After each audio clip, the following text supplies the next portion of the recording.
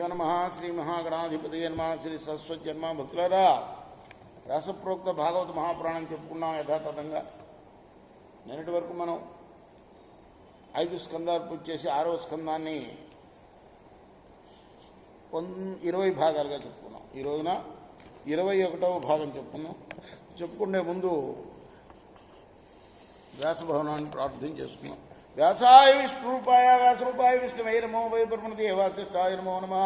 సమర్థద్గురు Sainath Maharaj key జై. ఇంకా అజామీలో ఉపాఖ్యానమే. ఎక్కడికి వచ్చాం మనం? అజామినుడు ఒక నిర్ణయానికి వచ్చాడు. ఏం నిర్ణయం అది? మోక్ష మార్గంలో వెళ్ళాలి అని.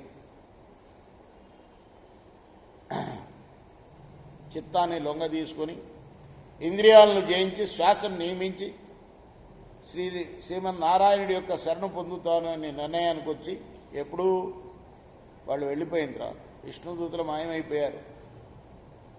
విష్ణు యమదూతల సంవాదం అయిపోయింది. అది విన్న తర్వాత ఇతను పూర్తిగా మారిపోయి, ఇదిగో భవబంధాలని విడిచివేశాను, మాయతో కూడిన అజ్ఞానాంధకారాన్ని అణిచివేశాను, కామక్రోధ లోభ మోహ మదమాత్సర్యాలనే అరిషడ్వర్గాల్ని జయించాను, జనన మరణాలనే సముద్రాన్ని తరించాను, జారస్త్రీ రూపంతో ఎదురు వచ్చి కోరికలనే నోరు తెరిచి మాయ ఎగబడి నన్ను మింగివేసింది, మిక్కిలి ద్వేషంతో నన్ను గోతిలోకి దించింది, కోతిని చేసి ఆడించింది. అటువంటి దోషభూయిష్టమైన మాయ నుండి తొలగి బయటపడ్డాడు. అన్నీ నేర్చుకున్నాడు, వేదాంగాలు చదువుకున్నాడు చక్కగా. కానీ ఒక చిన్న సంఘటనతోటి అజామీలుడు అలా తయారయ్యాడు కదా. అదే చెప్తున్నాడు.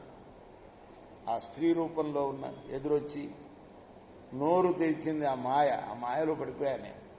ఈ విధంగా ఆ బ్రాహ్మణుడి హృదయంలో ఆత్మజ్ఞానం అనే తైలంతో నిండిన బ్రహ్మజ్ఞానం అనే దీపం ప్రకాశించింది. అప్పుడు అతడు భగవద్భక్తులైన ఉత్తమ పురుషులతో స్నేహం చేశాడు. వారితో జరిపిన సంభాషణలే మంత్రాలై అతనికి జ్ఞానాన్ని చేకూర్చాయి. మోహం వల్ల కలిగిన సంసార బంధాలన్నీ తెగిపోయాయి. చుట్టాలు, స్నేహితులు, కుమారులు, భార్యలు అనే మోహం నశించింది. జగన్నాథుడు, లక్ష్మీనాథుడు అయిన వాసుదేవుని దయాదక్షాణ్యాలనే మహాభాగ్యాన్ని అతను కోరుకున్నాడు. హరిభక్తులతో మాటలాడే మాటలు ఈ లోకంలో ఎన్నటికీ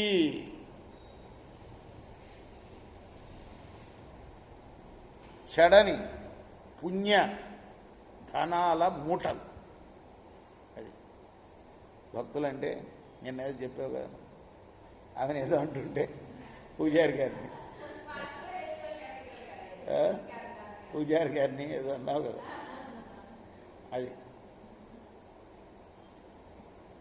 మోక్షలక్ష్మి విహరించే పూల తోటలవి. ఏవి? భక్తులతో మాట్లాడే మాటలు.